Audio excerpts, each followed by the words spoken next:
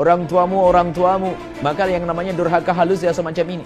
Jika rumus hidupmu dalam rumah tangga salah, maka akan melakukan satu pelanggaran yang amat besar. Akan tapi urusan hati kita, hendaknya suami istri kita bersepakat mendahulukan ibunda kita. Bismillahirrahmanirrahim. Assalamualaikum warahmatullahi wabarakatuh. Alhamdulillah wassalatu wassalamu ala rasulillah habibina sayyidina Muhammad ibn Abdillah wa ala alihi wa ashabihi wa mawalah, amma ba'd. Kaum muslimin dan muslimat dimanapun anda berada, nuhibbukum fillah, kami mencintai anda karena Allah subhanahu wa ta'ala. Dan semoga Allah menjadikan kita hamba yang saling mencintai. Cinta dari Allah, mintalah kepada Allah. Kalau sudah terbangun cinta di hati kita, semuanya akan serba indah. Anda menyampaikan kebenaran, kami mudah untuk mendengar. Kami menyampaikan kebenaran, akan mudah untuk Anda dengar. Karena ada cinta di antara kita. Yang menutup kebenaran sampai kepada hati kita adalah kebencian, adalah kedengkian. Dan semoga Allah menyingkirkan hati kita, menyingkirkan dengki benci dari hati kita. Diganti dengan cinta kepada kemuliaan, cinta kepada orang-orang baik. Baik kaum muslimin dan muslimat, kita lanjutkan perbincangan kita tentang orang tua yang pada pertemuan yang lalu kita sudah membahas tentang bagaimana berbakti. Ada bakti pada orang tua yang salah, bakti halus, bakti yang sesungguhnya, dan sekarang kita akan bicara tentang durhaka. Ada durhaka kepada orang tua itu halus, tidak dirasa, bahkan tidak disadari kalau dia tidak mencoba untuk merenung. Tapi kan Allah tahu. Sebab sebetulnya semuanya kembali kepada kesadaran hatinya yang sudah hilang untuk berbakti kepada orang tua. Bahkan kita mungkin tanpa sadar juga. Tanpa sadar kita melakukan yang demikian itu. Sehingga merenung itu penting sekali. Agar kita senantiasa dalam wilayah sadar. Kita melakukan kesalahan kepada orang tua tanpa kita sadari. Disebabkan karena orang tuanya baik dengan kita. Sehingga kita kalau ngomong seenaknya sendiri. Sehingga kalau kita ngomong sama mertua kita mungkin lebih sopan santun kepada orang tua.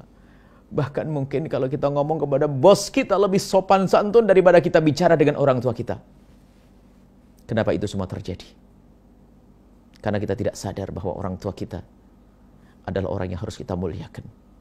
Harus kita hormati. Harus kita pandang mereka dengan pandangan penuh pengabdian, kerinduan untuk mengabdi.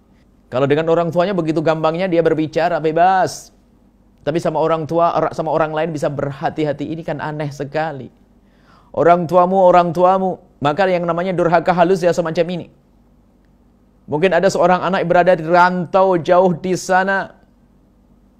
Dahulu waktu berada di kampung halamannya, bagaimana pendidikan dari orang tuanya. Pulang dari sholat hari raya Idul Fitri, pulang ke rumah sungkem, bersalaman dengan ibunda dan ayahandanya, berpelukan. Kemudian setelah itu ayahanda memberikan petunjuk akan pergi ke rumah saudara-saudara yang tua, kemudian kepada kiai, ulama dan seterusnya. Suasana indah yang saat itu dirasakan oleh semua orang yang pernah hidup di kampung. Merantau pergi ke tempat yang jauh. Di kampung seberang atau di negeri seberang. Hari raya tiba.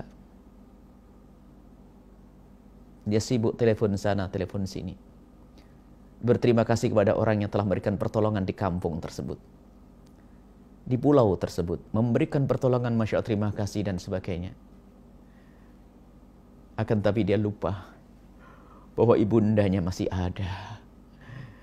Ibundanya menjadi orang yang di urutan yang kesekian di dalam urusan berkomunikasi. Hati-hati.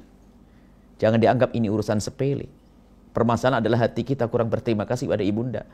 Seolah-olah ibunda kita tidak punya jasa sehingga urutannya menjadi urutan yang kesekian dibanding orang-orang yang telah menolong kita di pulau tersebut atau di perantauan tersebut. Ibundamu harus kau nomor satukan. Kecuali memang ternyata di pagi hari itu kita berusaha untuk telepon kepada orang tua, memohon maaf kepada orang tua.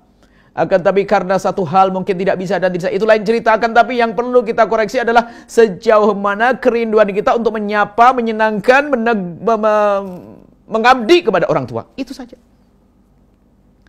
Maka kita sebut dengan durhaka halus itu kecuekan. Kalau di rumah sudah biasa cuek, maka di saat berada di rantau pun akan lebih cuek.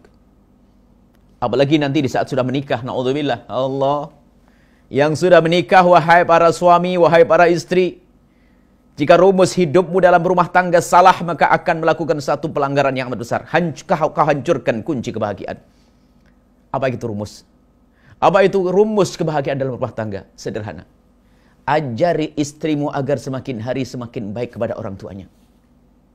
Hei para istri, ajari suamimu agar semakin hari semakin baik kepada orang tuanya. Nya, bukan mu.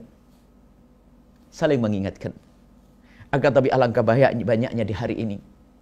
Seorang istri melarang suaminya berbuat baik kepada ibundanya, ibunda sang suami. Seorang suami marah kepada istrinya yang ingin berbuat baik kepada ibunda sang istri sendiri. Masya Allah. Naudzubillah. Dan ini ada karena perkawinan, karena pernikahan. Ada kisah pada zaman Nabi orang semacam itu. Semula baik kepada orang tuanya, di saat menikah ada perubahan. Tidak, pernikahan kita justru akan kita jadikan sebab kita semakin baik dengan orang tua kita. Macam-macam sebab. Maka dari itu harus waspada. Caranya apa? Kita merenung. Jangan sampai kita ternyata punya durhaka yang halus. Yang halus. Durhaka yang halus. Naudzubillah. Mementingkan orang tua. Itu penting sekali. Menomorsatukan orang tua. Kadang seorang anak gadis setelah menikah, Masya Allah, dengan suaminya, Masya Allah, terlihat mesra baik. Pulang ke rumah membawa sesuatu, buah apel atau apa. Disembunyikan di balik kerudungnya. Pakai kerudung dia. Karena agar tidak ketahuan oleh ibundanya dan ayah. Dia pun langsung masuk kamar. Makan dengan riang gembira dengan suaminya. Ibundanya dilupakan. Padahal ibunda kalau dikasih belum tentu beliau mau kok. Paling mengambil sedikit. Akan tapi urusan hati kita, hendaknya suami istri kita bersepakat mendahulukan ibunda kita. Sebagai seorang suami mengajari istri untuk memersatukan ibundanya. Akan ditegur, istriku tercinta, kasih dulu buat ibu. Ibu biar mengambil dari buah ini yang terbaik. Selebihnya adalah untuk kita. Semoga Allah memberikan kepada kita pemahaman, kesadaran akan makna ini sehingga kita selalu berwaspada dan hati-hati dalam urusan orang tua. Keberkahan hidup ada. Kuncinya melalui orang tua. Kebahagiaan juga melalui orang tua. Pengampunan orang tua. Masya Allah. Surga, surga, surga. Pintu surga yang Allah berikan kepada kita. Yang dihadirkan saat ini adalah orang tua kita. Wallahu a'lam bishawab. Assalamualaikum warahmatullahi wabarakatuh.